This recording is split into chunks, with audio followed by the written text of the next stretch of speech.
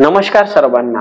मुख्यमंत्री युवा कार्य प्रशिक्षण योजना सगळ्या प्रशिक्षणार्थ्यांना जानेवारी पर्यंत पेमेंट आलेला आहे। आता प्रश्न आहे फेब्रुवारीच्या पेमेंटचा।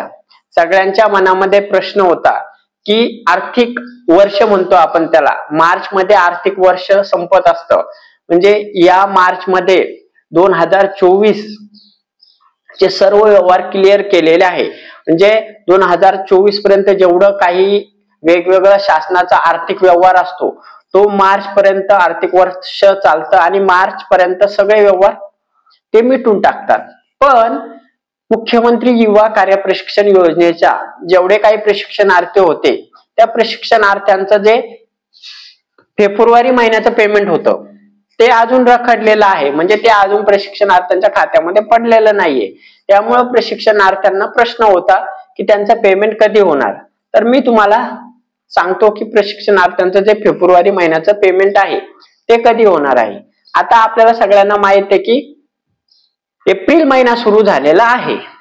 आता जो मार्च महिन्याचा तुमचा जो अहवाल होता तो तुम्हाला एप्रिल महिन्यामध्ये जमा करायचा असतो। ज्याही प्रशिक्षणार्थ्यांचा हा सगळ्या प्रशिक्षणार्थ्यांचा शेवटचा महिना आहे।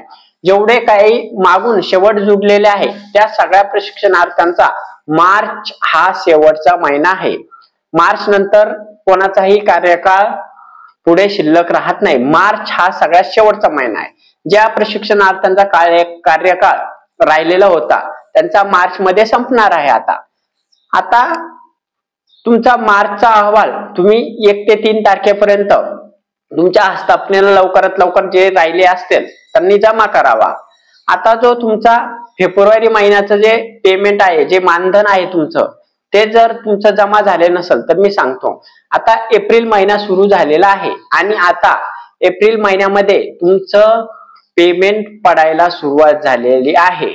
जिल्हा परिषद मध्ये, ज्या जिल्हा परिषद मध्ये शिक्षण विभागामध्ये जे पण काम करत असतील तर विभागानिहाय तुमचं पेमेंट पडायला सुरुवात झालेली आहे। आपल्या सगळ्यांना माहिती आहे शिक्षण विभागाचं सगळ्यात आधी पेमेंट होतं।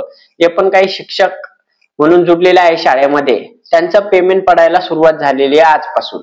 तर येत्या 8 दिवसामध्ये तुमच्या सगळ्या आस्थापनेचे वेगवेगळ्या आस्थापना आहेत त्यांच्या जिल्हानिहाय तुमचं पेमेंट 8 दिवसामध्ये तुमच्या खात्यामध्ये डीबीटी द्वारे येऊन जाणार आहे। त्याबद्दल तुम्ही निशंक राहा। तुमच्या 8 जे दिवस म्हणतो आपण त्या 8 दिवसाच्या आत तुमच्या कोणत्याही आस्थापनेला असाल तुमचं पेमेंट तुमच्या बँक खात्यामध्ये पडून जाणार आहे। आता प्रश्न येतो की सगळ्यांना आधार लिंक करा। आधार ची जी वेबसाईट आहे आपली मुख्यमंत्री युवा कार्य प्रशिक्षण योजनेची जी काही वेबसाईट आहे त्या वेबसाईटवर सगळं सध्या आधार लिंक करा, तुमचे व्हेरिफिकेशन डॉक्युमेंट असतील त्या डॉक्युमेंट लिंक करणं सुरू आहे। तर माझं सगळ्या प्रशिक्षणार्थ्यांना सांगणं आहे की तुम्ही स्वतः जरी ते डॉक्युमेंट व्हेरिफिकेशन किंवा लिंक केले नाही तरी तुमची आस्थापना तुमचे डॉक्युमेंट व्हेरिफिकेशन स्वतः करून घेतील। त्यामुळे त्याबाबत तुम्ही एवढं टेन्शन घेऊ नका। त्याची लगेच डेट संपायला आलेली आहे किंवा ते आजच करावं लागणार आहे, तुमचं पेमेंट होणार नाही, असलं काही गोष्ट होणार नाही। तुम्ही टेन्शन घेऊ नका। तुमचा कार्यकाळ जो 5 महिने वाढलेला आहे त्याची सगळ्यांना जॉईनिंग भेटणार आहे। एप्रिल मध्ये सगळ्यांचे ती जॉईनिंग भेटून जाईल तुम्हाला आणि जो तुमचा कार्यकाळ आहे तो वाढलेला त्याची जॉईनिंग ते भेटून जाईल, त्याचं मानधन सुद्धा तुम्हाला तुमच्या अकाउंट मध्ये भेटून जाणार आहे। आता जी चर्चा सुरू होती ना लिंक मध्ये, ऑनलाईन स्वतः पोर्टलवर जाऊन स्वतः प्रशिक्षणार्थी त्यांचा आधार कार्ड लिंक करत आहे, त्यांचं जे बँकेला आधार म्हणजे आपण म्हणतो की डीबीटी द्वारे पैसे येतात, म्हणजे जी बँक खातं तुमच्या आधारला लिंक आहे त्याच खात्यामध्ये तुमचं पैसे येतात, म्हणजे तेच खातं तुम्हाला तिथं जोडायचं आहे। तर तुम्ही स्वतः फक्त तुमचं जर आधारला जी तुम्ही बँक खातं दिलेलं आहे तिकडे आस्थापनेला तेच जर आधारला लिंक नसेल तर तुम्ही ते फक्त स्वतः तुमचं लिंक करून घ्या। जर तुमचं दुसरं लिंक असेल तर जे खातं दिलेलं आहे तर ते खातं तुम्ही लिंक करून घ्या। आधारला लिंक करणं सोपं आहे। एक फॉर्म भेटतो, तुम्ही बँकेत जायचं, तो फॉर्मवर आधार सीडिंग चा एक फॉर्म असतो, आधार सीडिंग ते फॉर्म तुमच्या ज्या बँकेत तुम्हाला आधार सीड करायचं आहे तिथे जाऊन भरायचा, तुमचा 2-3 दिवसात तुमचा आधार बँकेला शीड होऊन जातं.